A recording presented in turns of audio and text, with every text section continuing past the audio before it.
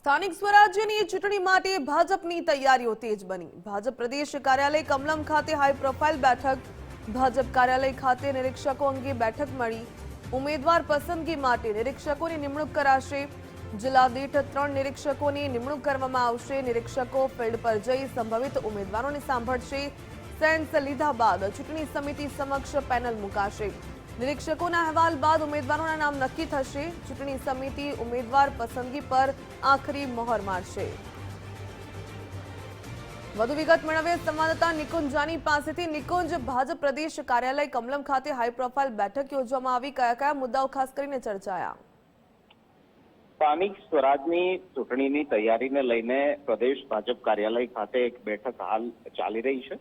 મુખ્યમંત્રી ભૂપેન્દ્ર પટેલ, પ્રદેશ પ્રમુખ અને ભાજપના સિનિયર આગેવાનો અને નેતાઓ આ બેઠકની અંદર ઉપસ્થિત છે। સ્થાનિક સ્વરાજની ચૂંટણીના આયોજન અને તૈયારીઓ સંદર્ભે આ બેઠકમાં ચર્ચા થશે, મનોમંથન થશે।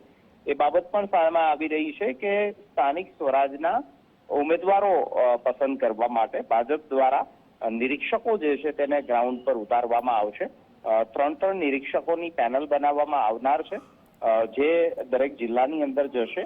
દરેક જિલ્લાની અંદર જે સ્થાનિક સ્વરાજની સંસ્થાઓની અંદર ચૂંટણી છે, જેમ કે મહાનગરપાલિકા હોય, નગરપાલિકા હોય કે પછી તાલુકા કે જિલ્લા પંચાયત, ત્યાં જે સંભવિત ઉમેદવારો છે, જે દાવેદારો છે, તેમને આ નિરીક્ષકો સાંભળશે।